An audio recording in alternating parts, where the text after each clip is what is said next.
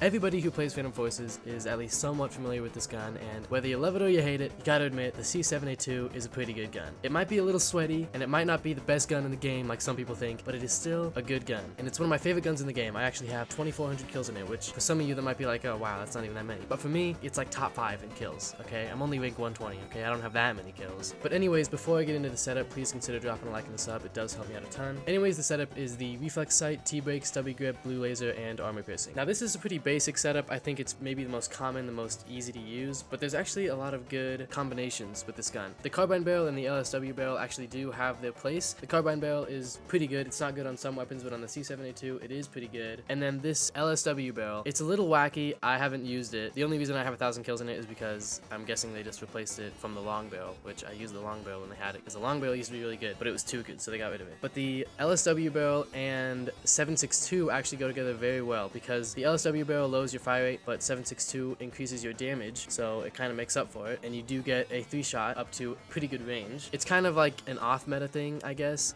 It's a little wacky, but it's probably actually pretty fun to use, and it's definitely not bad either. So really, you can just mess around with these. I think the T-brake is probably the safest, easiest option, and the conversions on this gun are actually pretty good. Like I said, I was using armor piercing, but 7.62 does have its place, like I said, especially with the longer barrel, and 20 tact is not bad either. It does lower your mag size, but it also increases your penetration and handling. So 20 tact is not bad either. I think this setup, the first one that I said, is, it's the most basic one. It's probably the one that is gonna seem the most normal, like a normal AR. But you can mess around with the attachments. Anyways, like I said, this gun is pretty good. I used to think it was the best assault rifle in the game. It's not. It's pretty good still, but honestly, the M16A3, the Scar L, maybe even the HK416 are all probably better than it. It is still very solid, but it's not, it's not in its prime anymore, unfortunately. And because of its unlock at rank 128, you probably shouldn't pre-buy it either, just because, the M16A3, which is basically just a better version of the C7A2 right now, is only 31, rank 31, so. But the C7A2 is still really good. I mean, I keep saying that, but it's still really good. It's sweaty, sure, and some people think it's better than it is, but it's still really good, and it's fun to use, and it holds a special place in my heart,